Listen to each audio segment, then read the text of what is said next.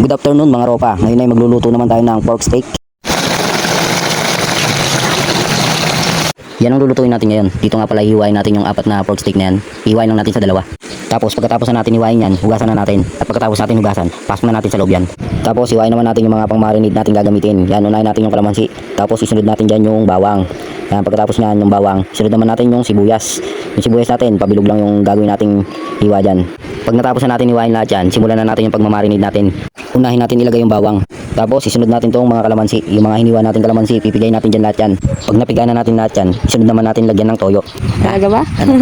Yan, lagyan lang natin yan. May nagagalit pa. Sabi ko kasi, yung toyo na yan. Tapos sunod naman natin tong oyster sauce. Lagyan lang natin yan ng oyster. Tapos sundan na natin ng paminta.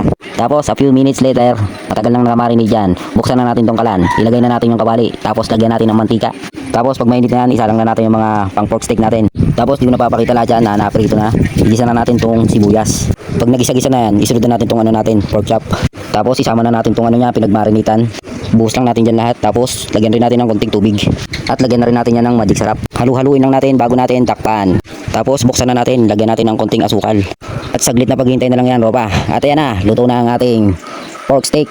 Kaya sumandok na rin ako ng kakainin ko dyan. Maglalagay na ako ng ulam dito sa aking plato. Kaya hanggang dito na lang ulit mga ropa. Paalam!